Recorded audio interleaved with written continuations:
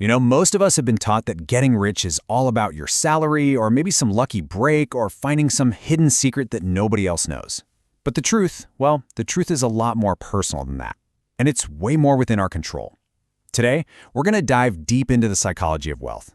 And you're going to see why your financial reality has so little to do with the number on your paycheck. Okay, let's just start with this idea right here. I really want you to let this one sink in. This single sentence. It reframes the entire game, doesn't it? It basically says that wealth isn't something you go out and chase. It's something you build on the inside first. The money, that's just the evidence. It just follows the mindset. And this really brings us to the whole point of our explainer today. If you're struggling with money, even if you're making a good income, you don't really have a money problem. What you've got is a behavior problem. And that's all driven by these deep-seated psychological patterns we all have. Now, here's the good news. Once you actually see these patterns, you can start to change them. So let's pull back the curtain on these hidden scripts that are running our financial lives in the background. We're going to walk through the 5 most common psychological traps that keep people from building wealth, no matter how much they earn. All right, trap number 1 is probably the most common one out there: lifestyle inflation. You get a raise, right, or a bonus, or a better paying job, and you think, finally, I can get ahead. But what happens? Instead, the new car, the bigger apartment, the nicer dinners, they just magically eat up every single extra dollar. It feels like you're running faster, but you're still stuck on the exact same financial treadmill. In this chart right here, it just shows it perfectly. Look at those 2 bars. Your income goes up, but your spending goes up even faster. That tiny gap between the two, that's where wealth is built. That's the whole game. But if your spending is always outpacing your income, you could earn $1 million a year and still end up with absolutely nothing. Okay, now trap number 2 is what we call emotional spending. This is when money stops being a tool to build a future, and it becomes more like a quick fix for a bad feeling you're having right now. You have a tough day at work, and boom, you're on a shopping spree online. You're feeling a little insecure, so you buy something to try and impress people. See, wealthy people spend strategically. Most people just spend emotionally. The third trap is the scarcity mindset. Now, this slide is fascinating because it's showing 2 completely different worlds, right? On the left, you've got scarcity. It's a world of limits, of fear, of hoarding what little you think you have.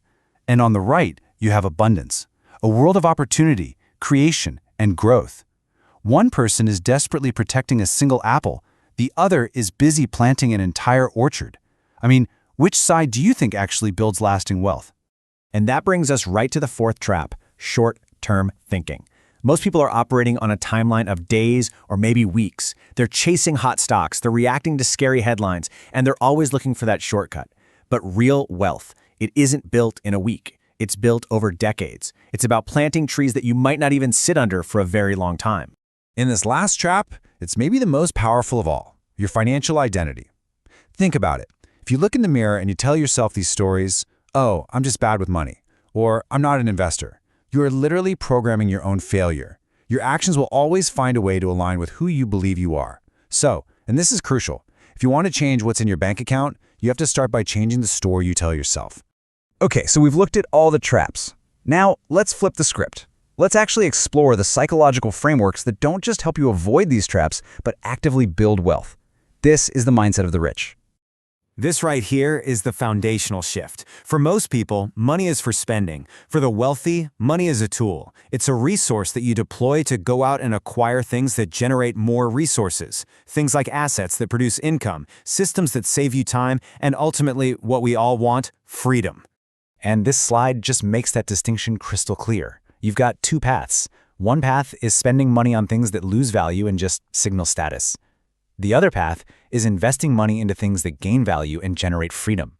The wealthy, they overwhelmingly choose to prioritize assets over status, especially in those early years of building wealth. This really gets to the heart of their strategy: a deep, profound respect for the power of compounding. See, they're not looking for a lottery ticket. They're not looking for an overnight success. They understand that real wealth grows kind of like a forest, slowly, quietly, but unstoppably. The biggest returns, they come from patience and consistency, not from speed and genius. And all that patience, it's built on this bedrock of emotional control. Let's be honest, money is an emotional roller coaster. The markets are just driven by fear and greed. By mastering these traits, the wealthy avoid the biggest mistakes. They don't panic sell when everything's crashing, and they don't chase the hype when it's at the peak. They just stay steady. And finally, they operate from a place of what you might call radical responsibility. While other people are blaming the economy, or their job, or the government, the wealthy mindset just says, "This is on me." Now, this isn't about fault, it's about power. Taking ownership is always the first step to taking control. So how do we turn all of this powerful psychology into practical action?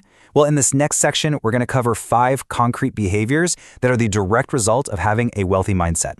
This is where, as they say, the rubber meets the road. So we're going to break down 5 specific behaviors. First, paying yourself first, to put your future front and center. Second, automating your finances, so you rely on systems, not willpower. Third, tracking everything, because awareness is what creates control.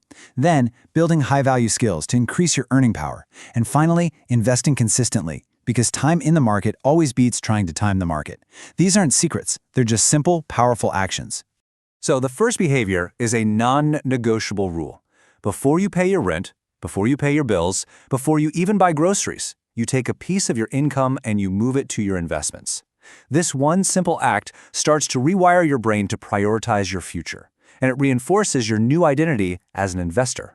Behavior number 2 is all about removing your unreliable self from the equation. Let's face it, willpower and motivation, they fade. A system doesn't. By automating your investments, your savings, your debt payments, you make sure your financial plan runs on autopilot whether you feel like it that day or not. You just can't control what you don't measure. It's that simple. What you pay attention to improves, and what you ignore falls apart. Knowing your numbers, your income, your expenses, your net worth, it's not about being restrictive. It's about awareness. And that awareness, that's the foundation of all real financial control. Behavior 4 recognizes that your greatest asset is and always will be you. I mean, managing your expenses is important, but expanding your ability to earn, that's the true wealth accelerator. The wealthy are lifelong learners. They're constantly investing in skills that the market values highly. And finally, the 5th behavior. The wealthy don't try to time the market. They get that time in the market is what truly matters, so they invest consistently, month after month, year after year, through the booms and the busts. This boring discipline, that's what allows compounding to really work its magic.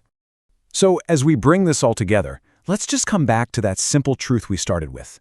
The journey of building wealth, it isn't really about what you do with your money. It's about what you do with your mind. This is the ultimate takeaway. The numbers you see in your bank account, they're just a lagging indicator. They're the result of your beliefs, your habits, and your identity. So if you want to change the external result, you have to begin with the internal cause. Wealth is always built from the inside out. So, I'll just leave you with this one final question. Forget the numbers for a minute. Forget all the tactics. Based on everything we've just talked about, what is the one belief, either about yourself or about money, that you are willing to change starting right now? Because that's where the journey to wealth really begins.